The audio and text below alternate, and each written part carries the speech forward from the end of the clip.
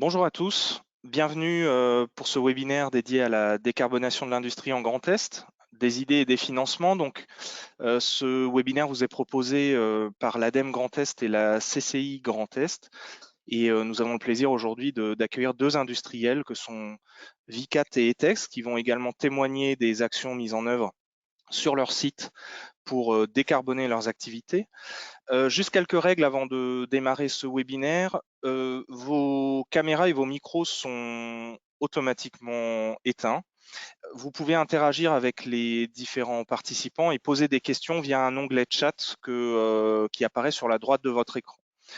La présentation ainsi que l'enregistrement de ce webinaire vous seront transmis à l'issue de cette réunion, donc dans les heures ou les jours à venir. Donc vous aurez l'ensemble des éléments et c'est tout. Donc il n'y a plus qu'à démarrer. Je vous souhaite une bonne réunion et puis n'hésitez pas encore une fois à utiliser l'onglet chat pour interagir. Cédric, c'est à toi. Bonjour à tous, merci. Merci pour cette petite intro. Bienvenue dans le webinaire de l'appel à projet décarbonation de l'industrie pour le Grand Est. Alors, on va commencer rapidement par vous présenter l'appel à projet qui vient de se finir. L'appel à projet Indus EE, Industrie Efficacité Énergétique 2020. Après deux témoignages, comme on vient de le dire. Et enfin, on rentrera dans le vif du sujet du prochain appel à projet. Voilà, donc l'appel à projet décarbonation, comme on l'appelle. Alors, hop,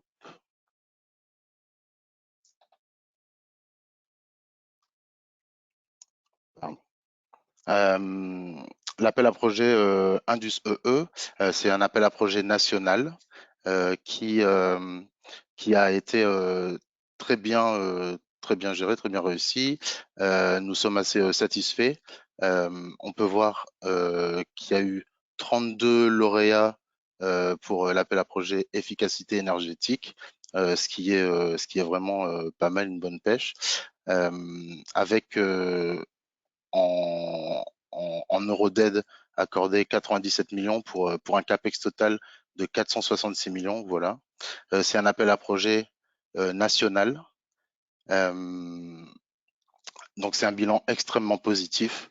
Et voilà, les grands chiffres, c'est presque 1,5 million de mégawattheures économisés, c'est plus de 400 000 tonnes de CO2 économisées. Voilà, donc c'est vraiment un bilan extrêmement positif. Et si on fait un petit zoom sur la région Grand Est, ce qui nous concerne, on peut voir, voilà, on peut voir des industriels comme Petit Bateau, comme Etex qui sont présents, etc. Donc voilà, c'est vraiment, euh, c'est vraiment le bilan positif de cet appel à projet. Euh, Cet appel à projet qui s'est terminé, il a révélé vraiment une diversité assez large de projets, euh, en passant par l'efficacité énergétique, par les intrants matières alternatifs, la récupération de chaleur, qui rentre évidemment dans l'efficacité énergétique et l'électrification. Donc tout ça, ça sera détaillé dans le nouvel appel à projet. Et là, ce qu'on a voulu vous donner comme outil, c'est un schéma de Alliance Alice, euh, qui est en fait une organisation qui travaille beaucoup pour la recherche et le développement des industriels dans le domaine de l'énergie. Et donc, on voit que voilà, que la décarbonation, euh, elle peut s'articuler selon plusieurs leviers. Un levier énergétique avec le captage de CO2, avec des intrants de matière alternatifs. On peut aussi avoir le levier économie circulaire euh, qui, euh, qui permet voilà, le recyclage ou la réutilisation, ou alors un levier plus numérique. Voilà. Donc, vous verrez tout au long de la présentation, il y a des petites mains. C'est un fil conducteur que vous verrez à chaque fois que vous cliquez sur l'image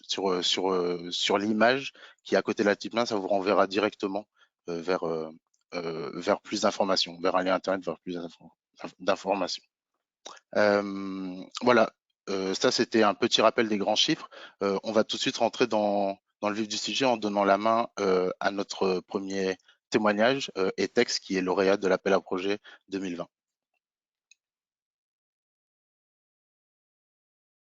Donc je laisse la main à Etex. Hop.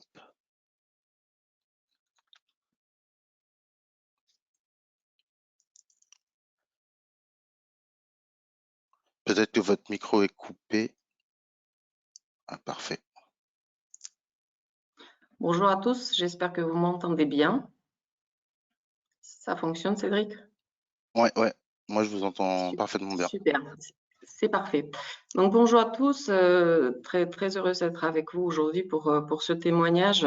Donc qui sommes-nous? Le groupe ETEX, un industriel mondial. Donc on est un acteur assez important aujourd'hui dans le monde des matériaux de construction. Présent dans pas mal de pays, en Europe, en Amérique latine, en Asie et récemment on a fait une acquisition en Australie. Et puis en France, vous allez voir depuis pas mal d'années. Donc on a une longue histoire qui a commencé il y a plus de 100 ans.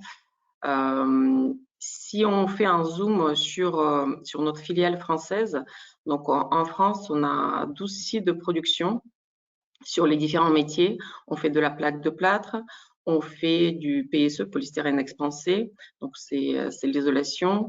On fait des profilés métalliques, donc qui vont dans le système avec la plaque de plâtre, et on fait des produits de finition, donc les plâtres, les joints, etc. Tout ce qui accompagne encore une fois les systèmes qu'on met en place. Donc, évidemment, comme un industriel, on a besoin de matières premières. Donc, la matière première, on la puise dans les carrières. On en a 5, les carrières de gypse. Et puis, on a pas mal de collaborateurs qui aident à faire fonctionner tout ça et apporter le meilleur service à nos clients finaux. Donc, si on continue notre voyage à travers cette présentation, la page suivante, s'il vous plaît. Voilà, si on fait un focus sur l'usine qui est concernée par l'appel à projet, l'usine de Haute-Marsheim, c'est vraiment une usine qui est très spécifique dans notre dispositif parce que, elle est parmi les plus anciennes.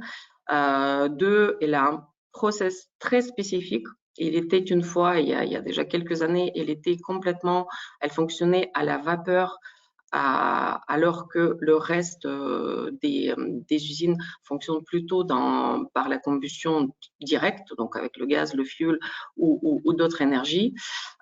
C'est une usine labo parce qu'elle produit aujourd'hui énormément de produits très techniques et qu'on ne sait pas faire par ailleurs. Et puis, elle sert le marché européen dans son intégralité, justement avec ces produits, certains qui sont assez révolutionnaires, parce qu'on arrive aujourd'hui à mettre les produits à la base de plâtre, non seulement à l'intérieur, donc en seconde œuvre, mais aussi à l'extérieur dans les bardages, comme vous voyez ça sur la photo. Donc, si on continue, on parle plus précisément du projet. On a eu, on va dire, dans notre valise, parce que l'efficacité énergétique, la transition énergétique, je pense que comme la plupart notamment des grands groupes, c'est un sujet qui nous préoccupe depuis pas mal d'années. Donc on a un certain nombre de projets qui sont dans la valise, mais bon, c'est toujours difficile parfois de percer parce que la rentabilité économique n'est pas au rendez-vous, ou elle est très longue, ou il y a beaucoup d'incertitudes. C'est quand même un monde qui bouge et qui change en permanence. Donc, sur l'usine de Haute-Marsheim, on avait, on va dire, un projet relativement simple, mais qui n'est pas si simple à réaliser. Donc, première chose, c'était de dire, OK, on va arrêter de perdre de l'énergie puisque on utilise des chaudières, donc on amène la vapeur dans notre process. Évidemment, plus les tuyaux sont longs, plus on a de la déperdition d'énergie. En plus, les chaudières, elles ont de l'âge quasiment de l'usine, évidemment avec des rénovations successives. Mais on va dire qu'aujourd'hui, ce sont des équipements qui sont assez obsolètes. Donc ça, c'était le premier objectif. Et donc, on a passé dans ce projet une certaine quantité d'énergie de la vapeur vers le gaz naturel, vers la combustion directe.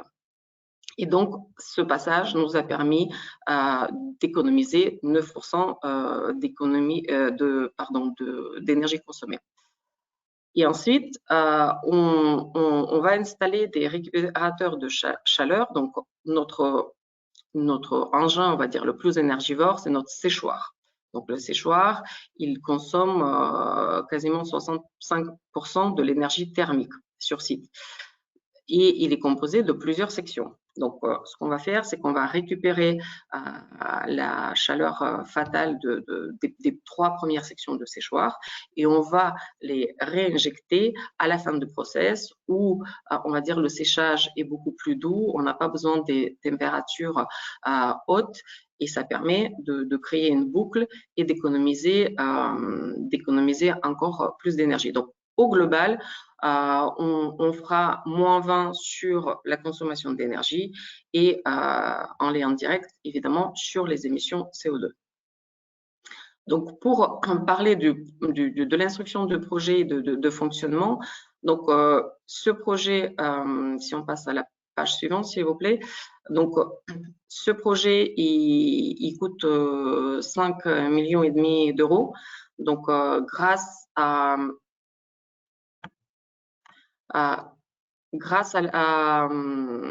l'appel à projet, donc on va lever les fonds qui nous permettent aussi de passer, on va dire, dans notre processus d'acceptation des projets et qui rend le projet beaucoup plus intéressant, sachant qu'aujourd'hui, on a à peu près 6 ans de retour sur investissement.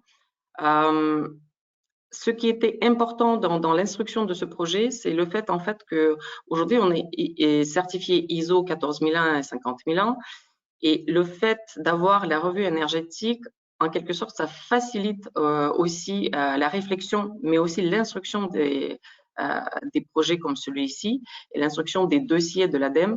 Donc, on a tous les chiffres qu'il faut et on a eu pas mal d'échanges très constructifs et très réactifs avec l'équipe de l'ADEME pour pouvoir instruire au mieux et plus rapidement notre projet. Donc, ce projet sera réalisé sur nos fonds propres, les fonds des textes. Et donc, vous voyez sur l'écran, encore une fois, l'économie de 20% et puis aussi l'impact CO2. Je crois que j'ai terminé avec ma présentation. Si vous avez des questions, je serai contente de vous répondre. Merci beaucoup pour cette présentation. Donc effectivement, il y a eu des questions, Irina. La première, c'est est-ce que vous auriez pu investir sans cette aide? Alors, on aurait pu investir sans cette aide certainement, mais ça arriverait selon nos calculs, selon nos prévisions, pas avant dans 4 ans.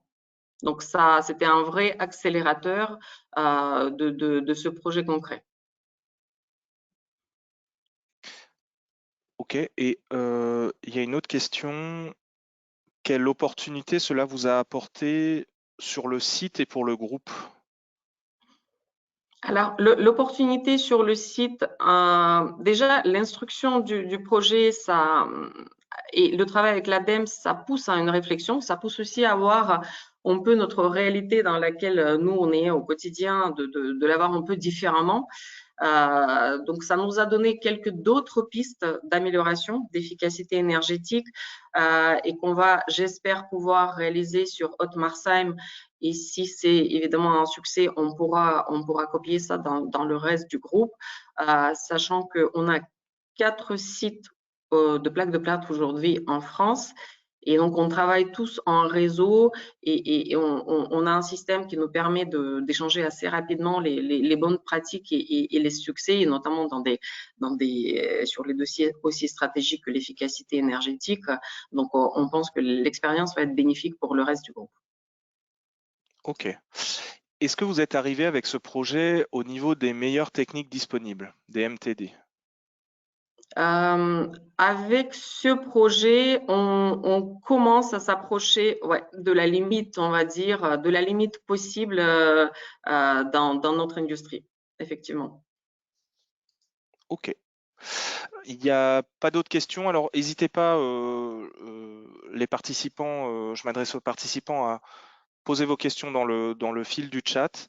On pourra y répondre aussi, les intervenants pourraient y répondre après la présentation et on vous enverra la réponse à toutes les questions qui auront été posées et auxquelles on n'aura pas eu le temps de répondre. Cédric, il me semble que c'est à Vicat maintenant d'intervenir. Et Tout à fait. Voilà, donc Tout si à les fait. messieurs de Vicat peuvent activer leur caméra et micro. Merci. Hop. J'espère que vous voyez tous la slide Vika. C'est à vous. Alors, bonjour à tous.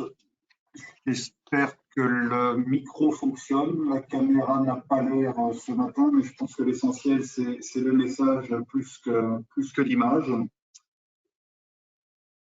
Nous allons faire cette présentation à quatre mains ce matin avec mon collègue Julien Boyot, qui est le directeur des projets innovants du groupe Vika, et moi-même, Bruno Salomon, le directeur de l'usine de Xeuillé.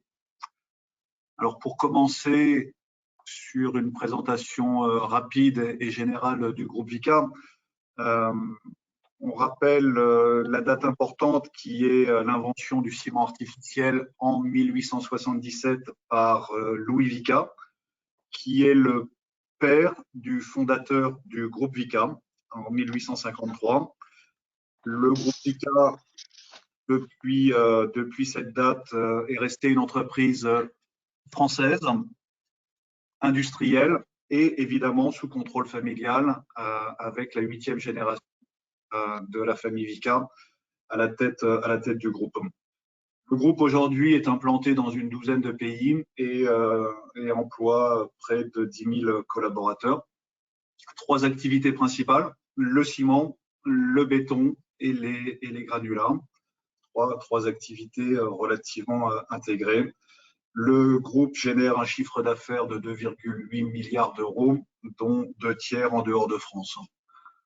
En région Grand Est, le groupe Vika est implanté à travers la cimenterie de Xeuillé, qui se trouve à une dizaine de minutes au sud de Nancy. Le site est implanté sur ce territoire depuis la fin du 19e siècle et a été modernisé par le groupe Vika largement depuis les années 1970. Autour du site de Xeuillé, c'est 24 autres sites de production de granulats ou de béton et au total 216 collaborateurs dans la région Grand Est. Si on passe aux enjeux qui nous intéressent et qui ont amené au projet dont on va parler aujourd'hui, l'enjeu principal est évidemment l'urgence de la lutte contre le réchauffement climatique qui est résumé dans les objectifs de la COP 21 de contenir de 2 degrés la hausse des températures d'ici 2100 et puis idéalement à 1,5 degré. Alors pourquoi est-ce qu'on parle de CO2 et de ciment? L'industrie du ciment représente 2,9% d'émissions des gaz à effet de serre en France. Donc c'est un émetteur important et probablement qui a des potentiels pour amener des solutions également importantes en volume dans la réduction. Le CO2 est émis dans la production du clinker. Le clinker, c'est le composant principal du ciment. C'est cette roche artificielle qu'on produit dans nos fours de cimenterie. Et le CO2 est émis de 2 façons. D'abord, dans la décomposition chimique du CO2 du calcaire. Le calcaire est l'ingrédient principal qui conduit au clinker. Ça représente 60% de nos émissions. Et sur ces 60%, c'est le procédé traditionnel de fabrication du ciment. Aujourd'hui, tant qu'on continue à produire du clinker de cette façon-là, on ne pourra pas déroger à ces émissions. Et 40% des émissions proviennent de l'utilisation des combustibles nécessaires à la combustion pour atteindre une température de 1450 degrés afin de faire réagir les différents oxydes qui aboutissent à la production du clinker. Le groupe Vicat est conscient de ces enjeux et est résolument engagé depuis de longues années, mais a décidé d'accélérer aujourd'hui avec un plan climat qui se décline en 3 volets. Un volet résultat, ce qu'on a fait depuis 1990 jusqu'à aujourd'hui. Un volet objectif et un volet ambition. Le volet objectif, avec une date de 2030, est assis sur des projets concrets, réalisables et qui sont chiffrés et qui nous permettront d'atteindre une réduction de 13% sur le périmètre du groupe Vicat à l'échelle mondiale d'ici 2030. Dans ces objectifs 2030 est inclus évidemment le projet dont on parle aujourd'hui. Et puis un volet ambition pour 2050, ambition d'être neutre en carbone sur notre chaîne de valeur. Et ça va passer par le développement de technologies de rupture, technologies qui ne sont pas forcément éprouvées aujourd'hui, mais pour lesquelles on investit et on travaille et qui seront nos leviers technologiques demain. Les voies de réduction des émissions en cimenterie aujourd'hui, encore une fois, pour atteindre cet objectif 2030, c'est d'abord et avant tout l'efficacité énergétique. L'efficacité énergétique, c'est notre cœur de métier, c'est l'expertise de nos équipes. Ça passe également par des référentiels de type ISO 50001. C'est le remplacement des combustibles fossiles par des déchets valorisés. L'objectif est un taux de remplacement des combustibles fossiles de 100% en 2025. L'usine de Xeuillé, aujourd'hui, remplace 85% de ces combustibles fossiles déjà par des déchets valorisés, déchets qui représentent finalement des combustibles moins porteurs de carbone et des combustibles issus de la biomasse. Enfin, la stratégie la plus efficace aujourd'hui, c'est trouver un remplaçant au clinker, ce composant principal du ciment, qui permettent de garantir les performances du ciment, mais dont la fabrication va générer moins de CO2. C'est le projet Argilor dont on parle aujourd'hui. C'est un projet de transformation des procédés et c'est une réflexion et une transformation profonde de notre industrie. Alors, le projet Argilor, à proprement parler, consiste à fabriquer un substitut à notre clinker à partir d'argile, minéral naturel, qui sont aujourd'hui disponibles et accessibles sur le site de Xeuillé, sur la carrière de Xeuillé, attenante à l'usine, argiles qui sont largement non valorisées aujourd'hui. Ce projet est l'aboutissement de 10 années d'efforts de recherche et développement.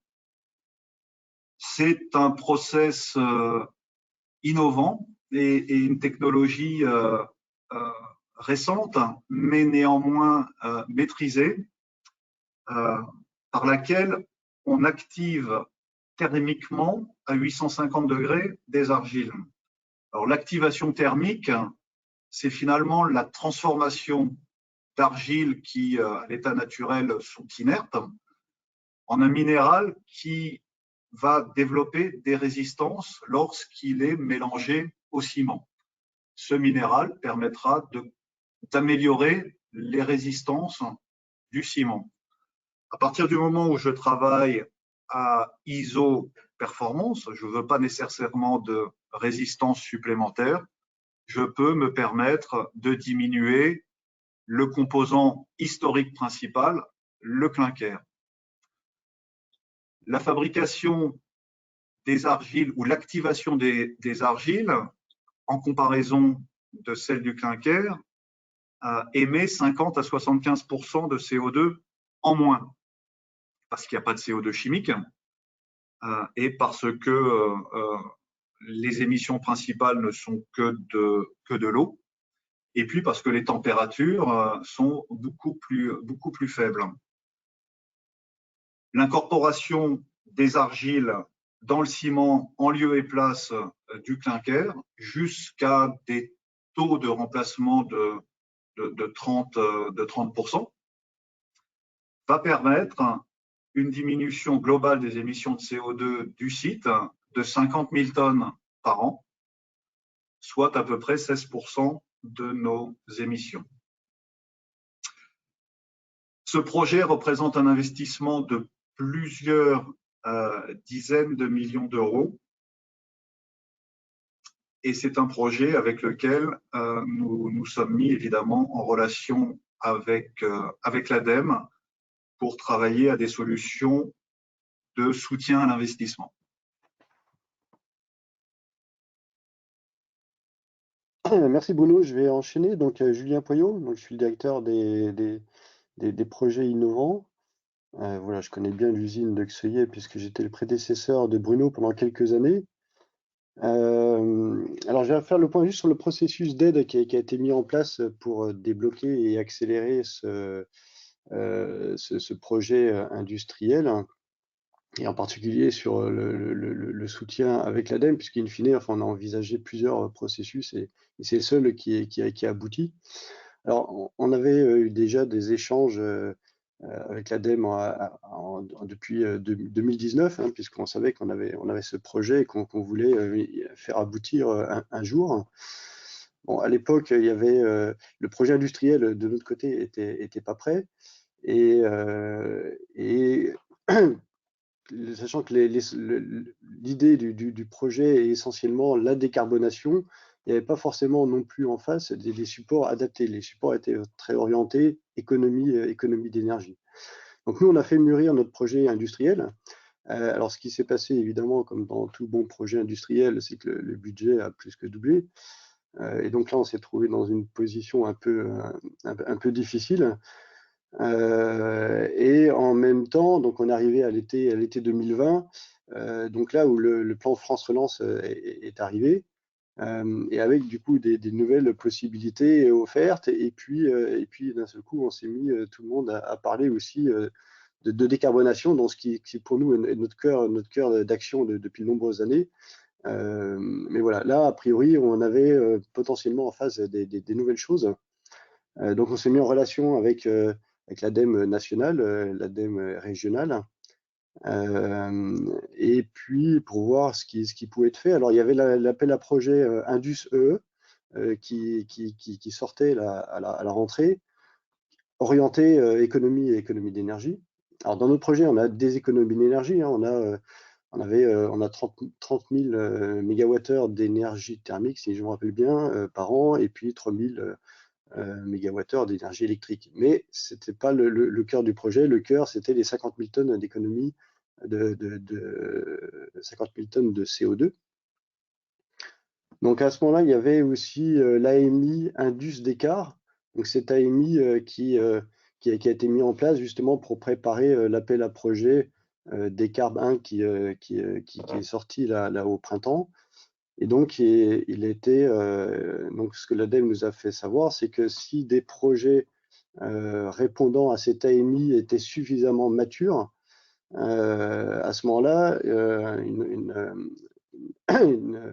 ils pouvaient bénéficier d'une aide avec un système de gré à gré. Donc c'est ce que nous avons fait. Donc on s'est mis en relation avec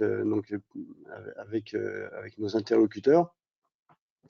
Et on a développé du coup ce projet en gros sur 4 semaines, hein, de mi-septembre. Il fallait rendre le dossier de mémoire le 17 octobre, date limite.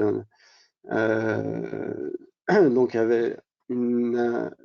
là sur le slide, je pense que s'il y a un terme à retenir, hein, sur le slide, c'est l'aspect co-construction avec ADEME. Donc pour établir le scénario contrefactuel, par exemple, pour définir les indicateurs, comment on va remplir le dossier, sachant qu'en plus, c'était un dossier qui n'existait pas forcément en tant que tel. Voilà, on a vraiment géré ça main dans la main. Une fois que le dossier a été remis, ça a été, on a eu à peu près 2 mois d'échange, hein, pour finaliser justement les indicateurs, valider ce sur quoi le dossier serait jugé une fois qu'il sera en réalisation industrielle, hein, pour valider les fonds qui sont qui sont aussi sur une garantie de performance, hein. Et puis, donc, on a pu faire partie des lauréats qui ont été annoncés avant Noël. Et donc ça a permis de déclencher tout de suite déjà les travaux de terrassement et puis et d'accélérer du coup la mise en œuvre industrielle qui aujourd'hui est lancée et qui va aboutir d'ici moins de 2 ans à une production réelle, et une décarbonation réelle de notre usine. Juste sur le slide suivant, voilà. Voilà, donc on a une aide voilà, qui nous a permis de débloquer le projet. Le reste, c'est la moitié fonds propres et endettement, donc c'est nos financements classiques en interne. Juste 2 mots, à côté de ça, on a voulu faire, on a tenté un dossier Innovation Fund. Alors là, dossier beaucoup plus complexe. Là, il y a plus d'une centaine de pages à remplir. Il a fallu se faire aider par un cabinet extérieur, très lourd. Bon, on n'a pas été retenu.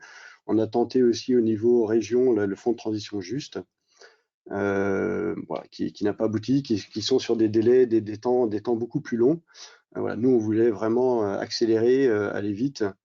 Et c'est vraiment auprès de l'ADEME qu'on a pu trouver ce soutien efficace et rapide. Merci.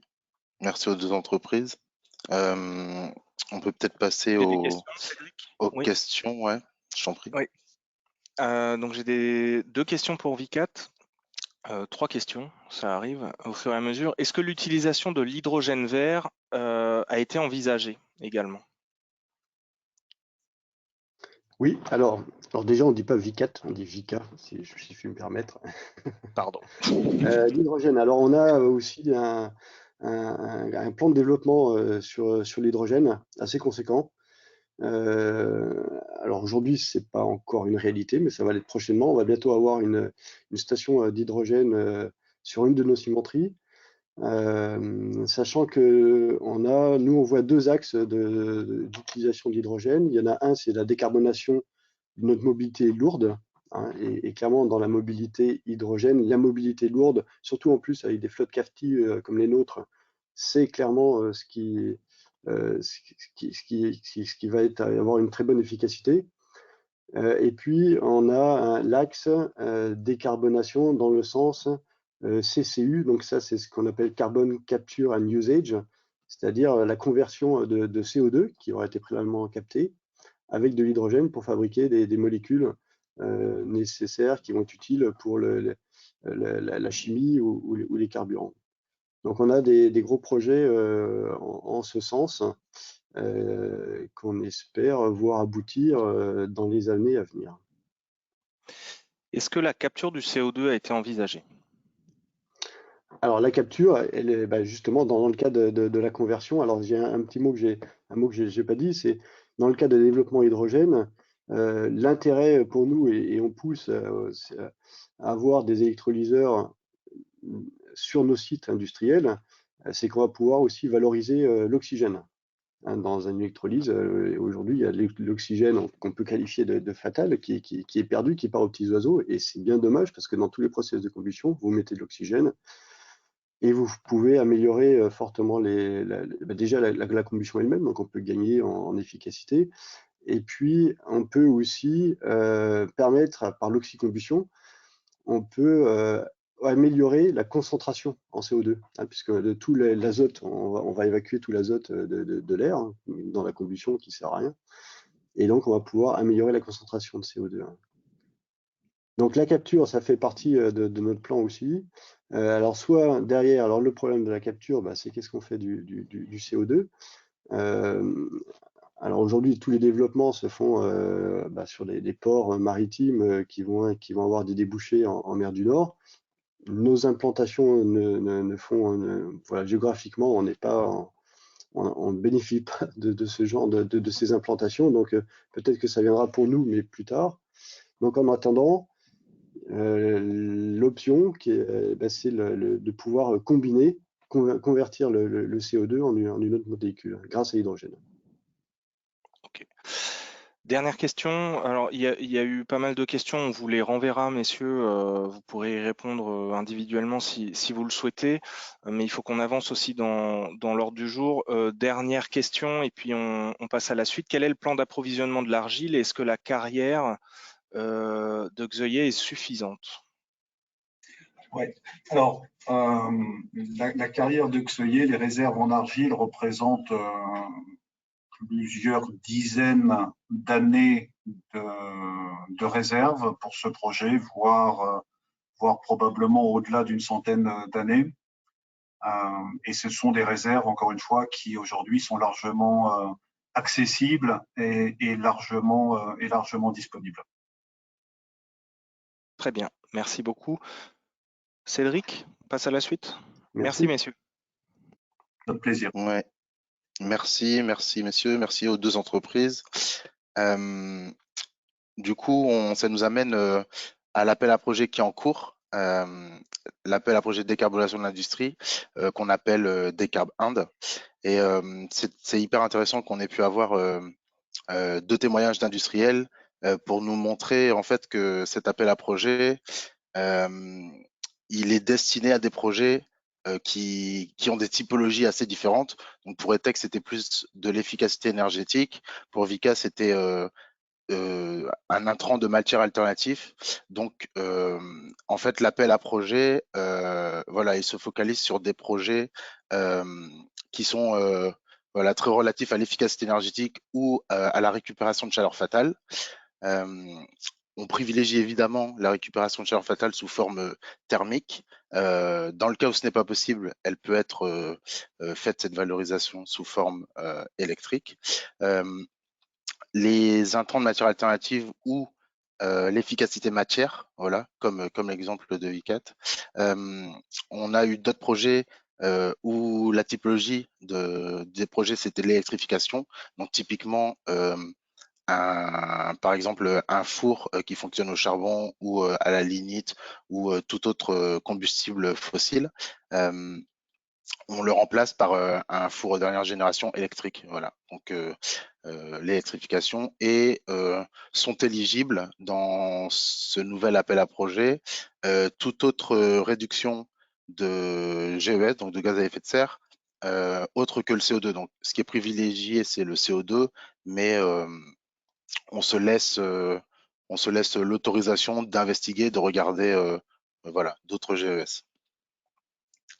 Un petit mot très rapide, cet appel à projet, il est focalisé sur les investissements de plus de 3 millions d'euros et ce qui va permettre la sélection et ce qui va permettre de sélectionner les projets et de les instruire, c'est déjà le critère numéro 1, la performance de décarbonation, donc les tonnes de CO2 que le projet va permettre de diminuer. C'est vraiment le critère assez décisif. Et bien évidemment, à côté de ça, on va regarder tout ce qui est la cohérence et l'ambition environnementale donc, du site ou du groupe, la cohérence et l'ambition industrielle et la structuration de la filière. Voilà l'enjeu que le projet pourrait avoir sur une filière. Ça peut être papier-carton, ça peut être cimenterie, acier, agroalimentaire. Voilà. On regarde vraiment tous ces critères et on en discute avec l'industriel. Voilà.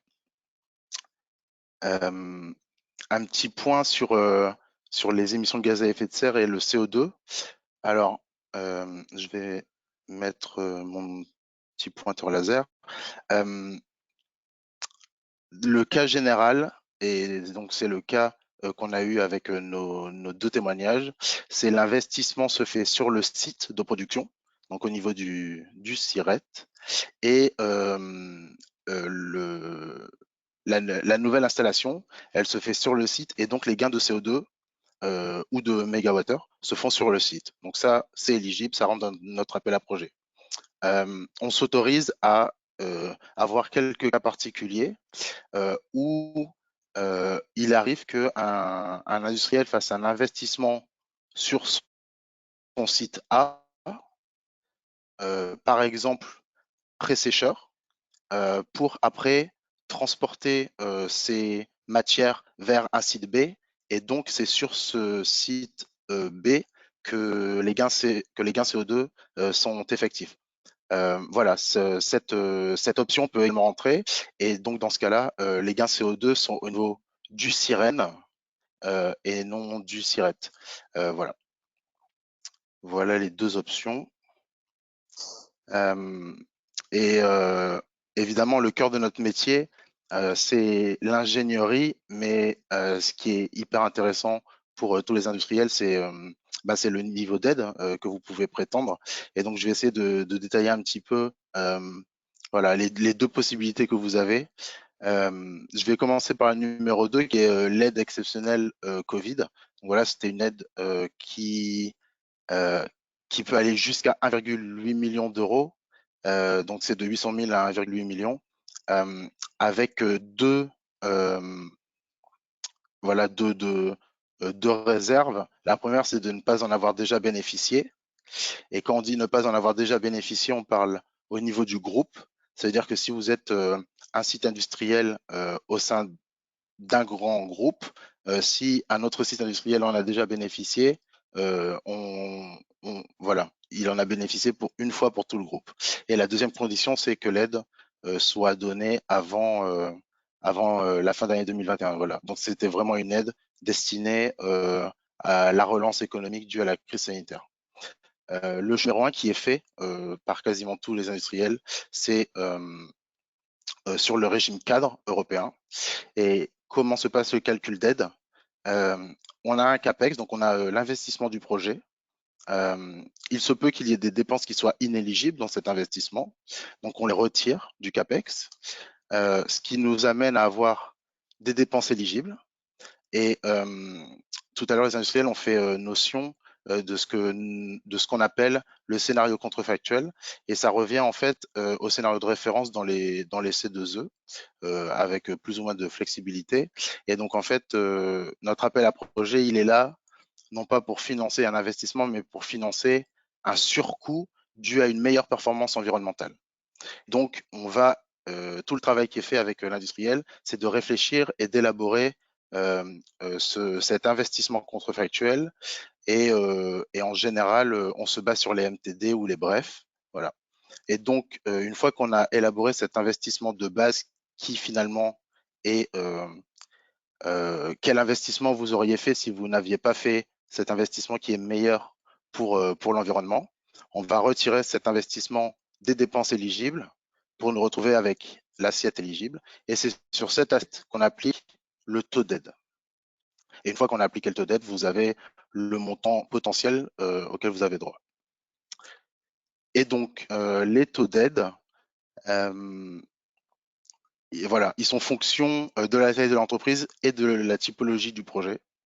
Donc pour les petites entreprises, voilà, ça peut aller au maximum jusqu'à 50%, pour moyennes entreprises 40%, et pour les grandes entreprises 30%, si le projet est de typologie efficacité énergétique. Et pour les typologies électrification et intrants de matière alternatif, mais pas que, tout ce qui est hors efficacité énergétique, on peut aller jusqu'à 60%, jusqu'à 50% ou jusqu'à 40%.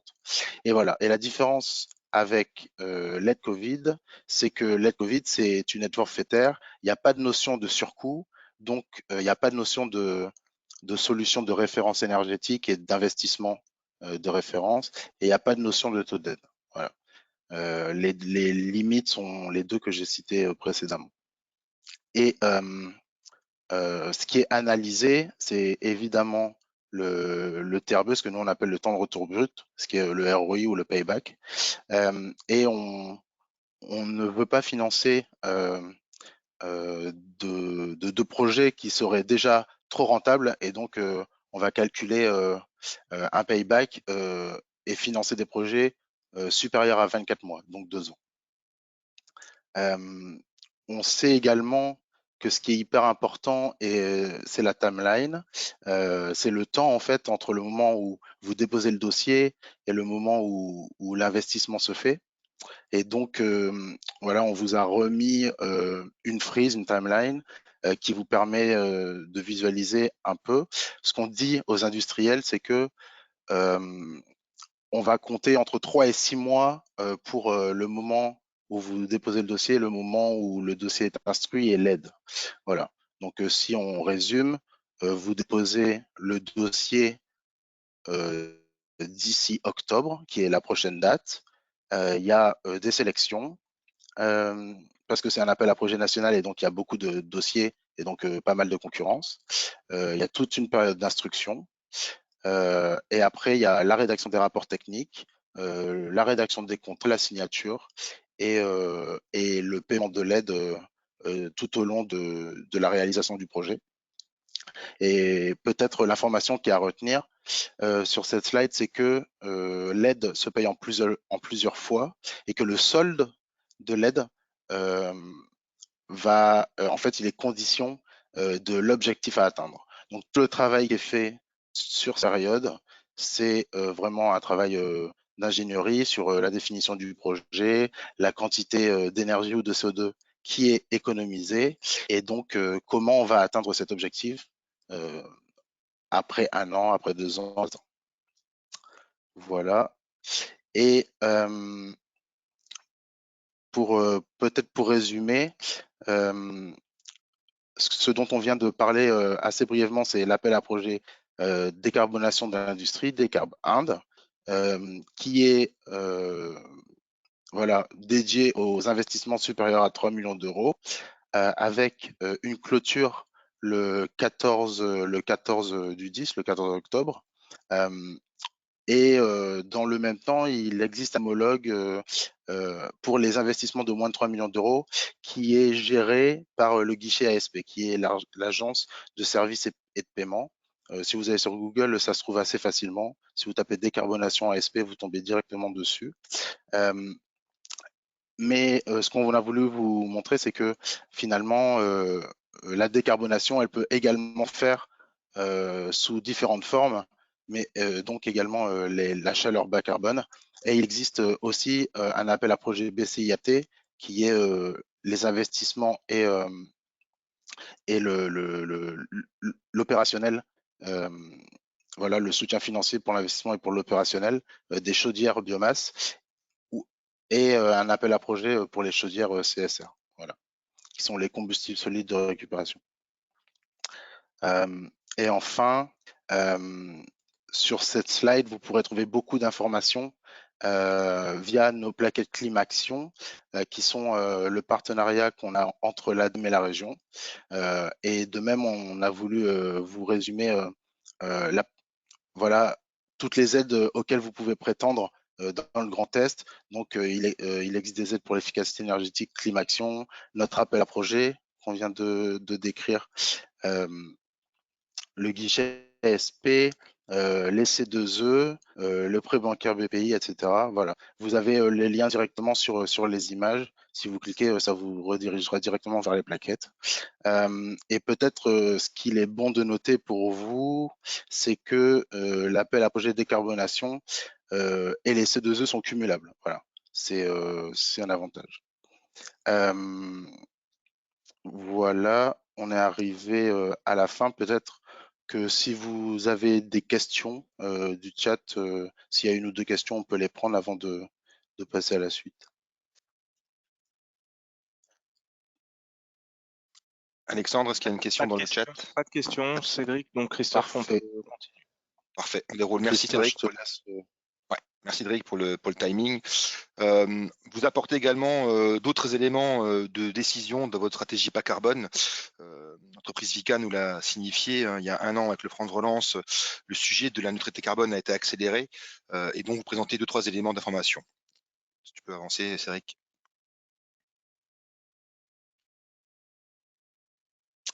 Voilà. Le mot qui est important, c'est ce que vous avez en haut à gauche, pris en charge par l'ADEME à 100%. L'ADEME est en train d'expérimenter des méthodologies que vous avez. Donc, c'est les patatoïdes que vous avez à gauche, une définition d'une trajectoire bas carbone, des études d'opportunité à moyen terme sur le mix énergétique, l'audit d'effacement de consommation électrique et l'audit stratégie d'achat d'énergie décarbonée. Aujourd'hui, ces prestations sont gratuites pendant 2 ans. Elles permettront d'éditer, c'est ce qui est en bas en gris, d'éditer une méthodologie qui sera à terme donc cofinancée par l'ADEME, mais dans les 2 ans qui viennent, cette méthodologie est gratuite Et donc, nous cherchons des industriels candidats à l'échelle France. Donc là, on vous fait la promotion en Grand Est pour ces différents lots. Et vous voyez bien que selon la typologie d'industriel que vous êtes, donc soit un groupe multisite, soit le site individuel, soit une zone d'activité industrielle, vous avez l'opportunité d'y postuler. Je vous ai mis le nom du contact de notre collègue au siège, donc je vous invite effectivement à lui adresser un mail et à défendre votre candidature. Il n'y a pas de dossier en tant que tel.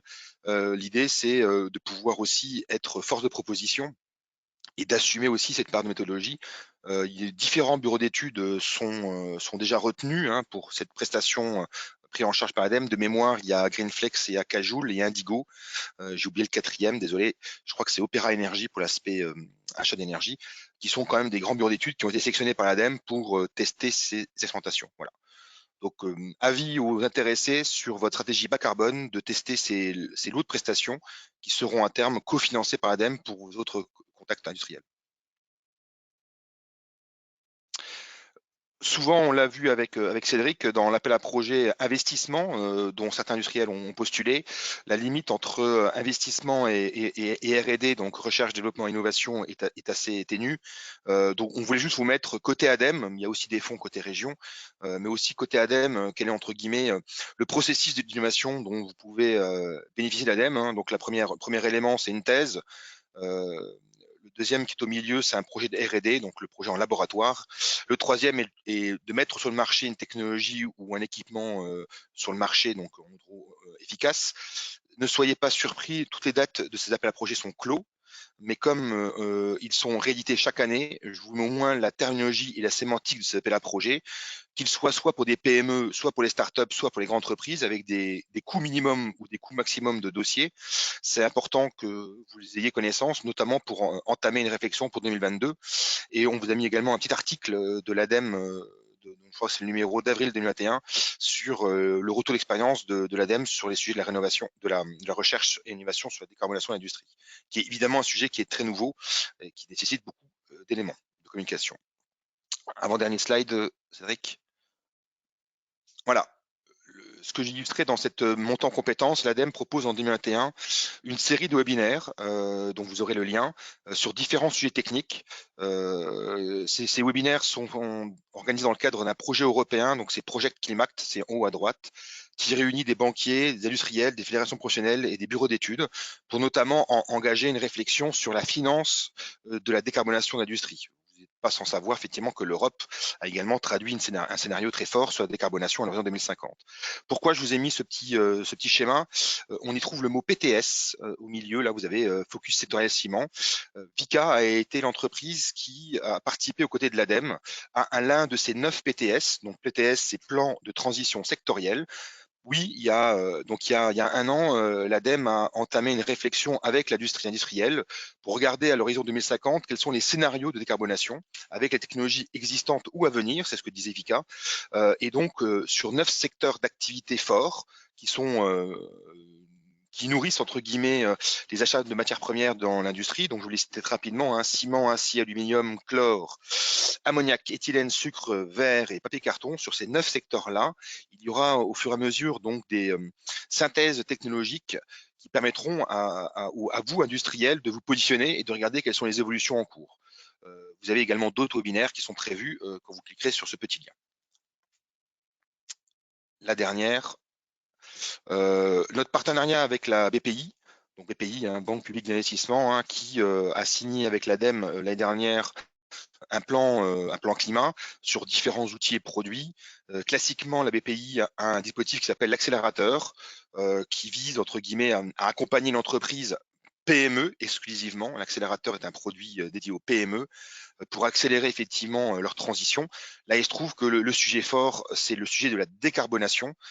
Et cet accélérateur est composé, vous avez les petites rubriques en bas, majoritairement sur du conseil pour le PDG ou le dirigeant d'entreprise, par de la formation et de la mise en relation. Donc, c'est du coaching express sur 12 mois qui permet en gros de rendre l'entreprise à une dimension qu'elle aurait prise en 5 à 10 ans. Là, l'idée, c'est de l'accélérer et de monter en gros le business d'entreprise, le chiffre d'affaires et le cas échéant, l'export et le chiffre d'affaires à l'international plus rapidement que dans la voie classique traditionnelle. La dernière, je pense que c'est côté CCI. Voilà, je relaisse la parole à nos amis de la CCI. Merci. On va clore avec 2 petites slides, 2 points d'information. Cédric, tu peux avancer la slide suivante, s'il te plaît. Juste pour vous informer que sur le territoire Grand Est, la CCI anime des clubs ISO 50001, qui sont des clubs réservés aux industriels et organisations certifiées ou en voie de certification ISO 50001 et qui souhaitent échanger sur des bonnes pratiques de mise en œuvre de cette norme au sein de leur organisation.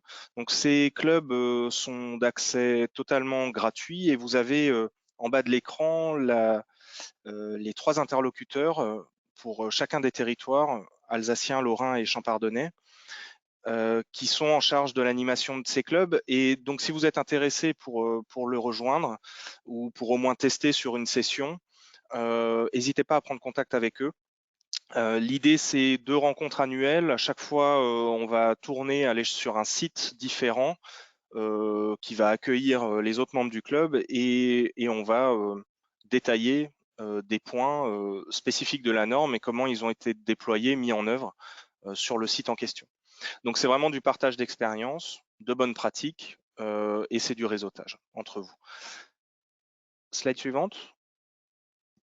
Et en guise de teasing et pour, on va dire, faire le lien avec le sujet d'aujourd'hui, on anime également un événement qu'on appelle l'Energy Meeting Grand Est, qui aura lieu le 18 novembre prochain, qui sera en format totalement dématérialisé à distance et qui sera dédié à la décarbonation. Alors, la décarbonation de l'énergie sur les sites industriels et comment aujourd'hui on peut substituer certaines technologies par des technologies innovantes qui permettent de décarboner le mix énergétique sur le site. Voilà, donc on va se faire succéder à l'occasion de cette rencontre différentes entreprises qui vont présenter des solutions techniques qu'elles peuvent vous proposer dans la production de froid, de chaud et les différentes utilités sur vos sites.